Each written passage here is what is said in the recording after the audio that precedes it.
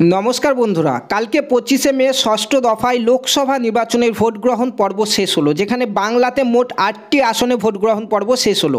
বাংলার এই 8টি আসনে কে এগিয়ে রয়েছে, কি বলছে বুথ ফেরত সমীক্ষা?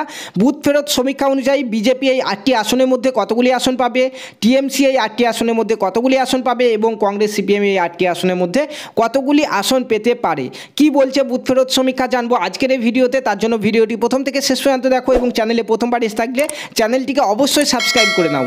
বন্ধুরা, 25শে মে ষষ্ঠ দফা লোকসভা নির্বাচনে বাংলার মোট 8টি আসন ছিল এবং সেই 8টি আসন তোমরা এখানে একে একে দেখতেই পাচ্ছ। এই 8টি আসনে কিন্তু ভোট গ্রহণ পর্ব শেষ হলো এবং বিকেল 5টা পর্যন্ত এই 8টি আসনে কত পার্সেন্টেজ ভোট পড়েছিল তোমরা দেখে নাও। তমলুকে পড়েছিল 79.79%, কাঁথিতে পড়েছে 75.66%, ঘাটালে পড়েছে 78.92%, ঝাড়গ্রামে পড়েছে 79.68%, পাশাপাশি মেদিনীপুরে পড়েছে 77.57%, পুরুলিয়ায় পড়েছে 74.09% এবং বাঁকুড়াতে পড়েছে 76.79% এবং বিষ্ণুপুরে পড়েছে 81.47%।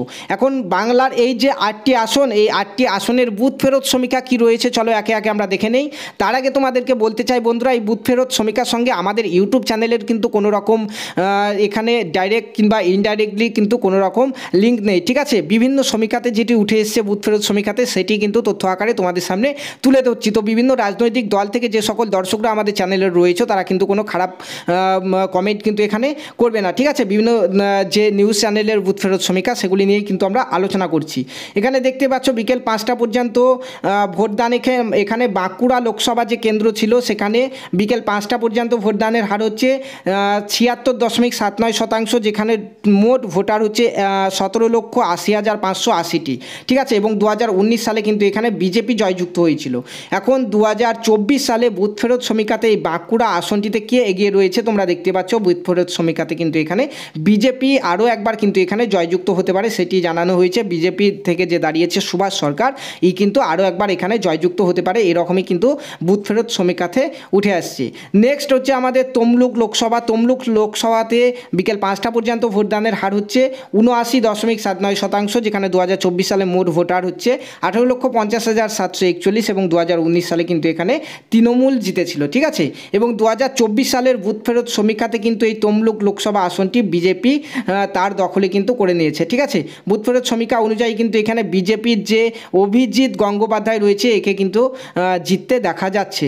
এরপরে নেক্সট আমাদের যেটি রয়েছে সেটি হচ্ছে কাঁথি লোকসভা। কাঁথি লোকসভাতে বিকেল 5টা পর্যন্ত মোট ভোট দানের হার হচ্ছে 75.66%, যেখানে 2024-এ মোট ভোটার হচ্ছে কাঁথি লোকসভাতে 17,94,537 এবং 2019-এ কিন্তু এখানে শিশির অধিকারী তৃণমূলের তরফ থেকে দাঁড়িয়ে কিন্তু এখানে জিতেছিল। কিন্তু 2024 সালে কিন্তু এই আসনটিও কিন্তু বিজেপি পেতে চলেছে, ঠিক আছে। অর্থাৎ বিজেপি থেকে যে দাঁড়িয়েছে এখানে দেখতেই পাচ্ছ সৌমেন্দু অধিকারী, এ কিন্তু এখানে জিততে চলেছে।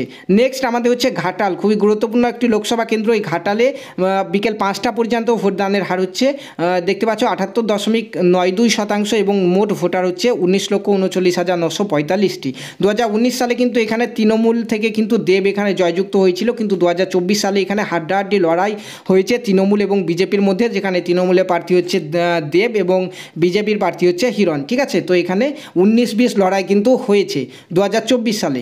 কিন্তু 2024 সালে বুথ ফেরত সমীক্ষা অনুযায়ী কিন্তু এখানে তবুও টিএমসি কিন্তু এগিয়ে রয়েছে। সম্ভাব্য ফলাফল কিন্তু এখানে এই আসনটি টিএমসি ঝুলিতে যেতে দেখা যাচ্ছে।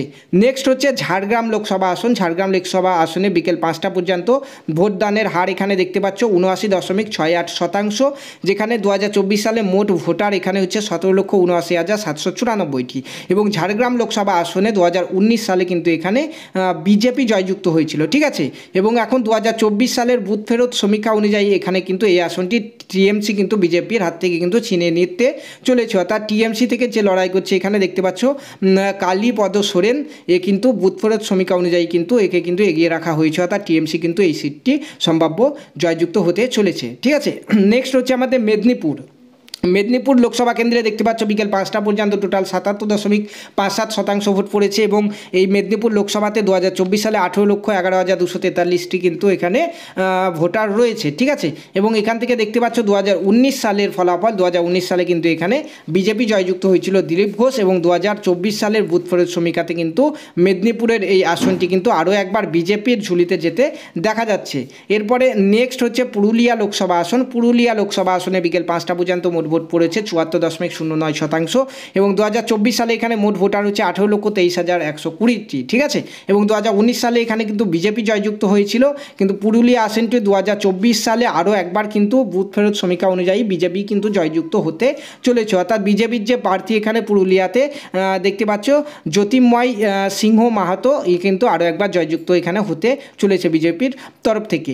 নেক্সট হচ্ছে আমাদের এখানে বিষ্ণুপুর লোকসভা কেন্দ্র, যেখানে বিকেল 5টা পর্যন্ত মোট ভোটদানের হার হচ্ছে 81.47% এবং মোট ভোটার হচ্ছে এখানে 2024 সালে 17,54,268টি, ঠিক আছে। এবং 2019 সালে এখানে কিন্তু বিজেপি জয়যুক্ত হয়েছিল এবং 2024 সালের বুথ ফেরত সমীক্ষাতে এখানে আরও একবার বিজেপি কিন্তু জিততে দেখা যাচ্ছে, ঠিক আছে। তো বন্ধুরা, এই ছিল আমাদের বাংলাতে ষষ্ঠ দফায় লোকসভা নির্বাচনে মোট যে 8টি আসন, এই 8টি আসনের বুথ ফেরত সমীক্ষার ভিডিও। তো বন্ধুরা, এই যে বুথ ফেরত সম্ভাব্য ফলাফল নিয়ে আলোচনা করলাম আমরা, এই সম্ভাব্য ফলাফল কিন্তু ফাইনাল রেজাল্টের সঙ্গে কিন্তু হেরফের হতেও পারে, ঠিক আছে। তো বন্ধুরা, 4 তারিখে আমাদের ফাইনাল রেজাল্ট, সেই 4 তারিখের দিন আমরা জানতে পারবো এখানে ফাইনালি কোন সিটে কোন রাজনৈতিক দল জিততে চলেছে। সো বন্ধুরা, ভিডিওটি প্রথম থেকে শেষ পর্যন্ত দেখার জন্য অসংখ্য ধন্যবাদ। চ্যানেলটিকে সাবস্ক্রাইব করে পাশে থাকা বেল আইকনটি প্রেস করে নিতে ভুলবে না।